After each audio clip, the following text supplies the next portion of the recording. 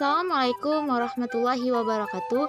Perkenalkan, kami dari kelompok 2 yang beranggotakan sebagai berikut: 1. Karisma Yulia Huta Suhud, 2. Fira Cantika Sari, 3. Rosalini Zahara, 4. Nadia Fitasya Mahfira. Kami dari kelas 4I, program studi PGSD Universitas Muslim Nusantara Al-Wasliyah Medan.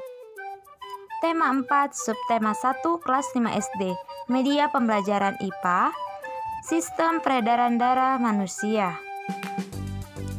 Organ peredaran manusia. Organ peredaran manusia itu ada 3, yaitu jantung, pembuluh darah, dan darah. Jantung manusia terletak di dada sebelah kiri. Jantung berfungsi untuk memompa darah ke seluruh tubuh dan jantung berukuran sama seperti kepalan tangan masing-masing pemiliknya. Bentuk jantung seperti pada gambar, dan jika jantung kita potong maka penampakannya akan seperti berikut.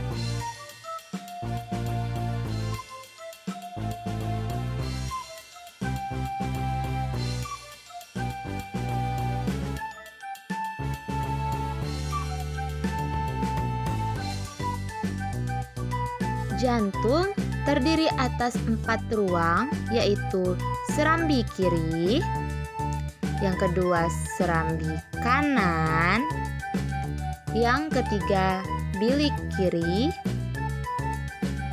dan yang keempat bilik kanan.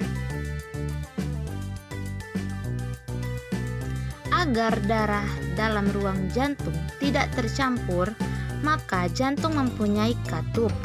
Berikut letak katupnya.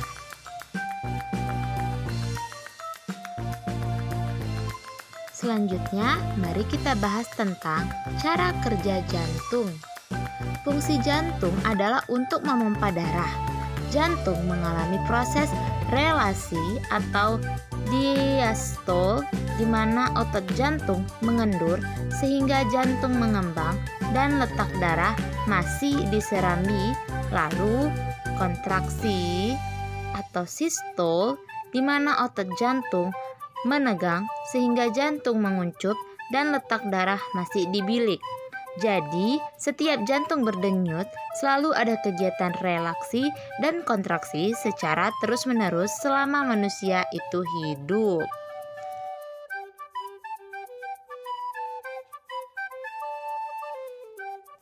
Selain jantung, ada juga organ yang sangat penting, yaitu paru-paru. Fungsi paru-paru adalah sebagai tempat pertukaran gas dalam tubuh manusia. Bentuk dan letaknya seperti pada gambar tersebut. Berikutnya kita akan membahas tentang jenis pembuluh darah. Yang pertama ada pembuluh arteri atau pembuluh nadi, yaitu pembuluh darah yang membawa darah keluar dari jantung, biasanya berwarna merah. Terlihat seperti di gambar itu adalah pembuluh darah besar, yaitu aorta. Lalu ada nadi dan pembuluh kapiler. Pembuluh kapiler adalah pembuluh yang menghubungkan pembuluh darah langsung ke organ tubuh. Pembuluh ini kecil sekali. Lalu ada pembuluh balik yang menghantarkan darah kembali ke jantung. Ada pembuluh arteri pulmonalis yang menghantarkan darah dari jantung ke paru-paru. Ada pembuluh vena pulmonalis yang menghantarkan darah dari paru-paru kembali ke jantung. Media pembelajaran sistem peredaran darah. Peredaran darah dimulai dari paru-paru. Darah bersih dari paru-paru yang mengandung banyak oksigen dialirkan melalui pembuluh darah vena pulmonalis. Darah kemudian menuju ke serambi kiri, lalu turun ke bilik kiri. Di bilik kiri, darah akan dipompa menuju aorta. Darah yang berasal dari aorta ini kaya akan oksigen. Darah ini selanjutnya akan diedarkan ke seluruh tubuh kecuali paru-paru. Dari seluruh tubuh, darah akan mengalir lagi ke jantung. Darah akan masuk ke serambi kanan, dan darah ini banyak mengandung karbon dioksida.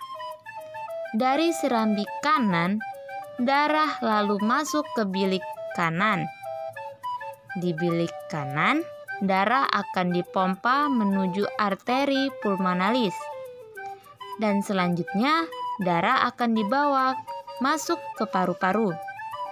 Di dalam paru-paru terjadi pertukaran gas dalam darah, yaitu karbon dioksida dengan oksigen.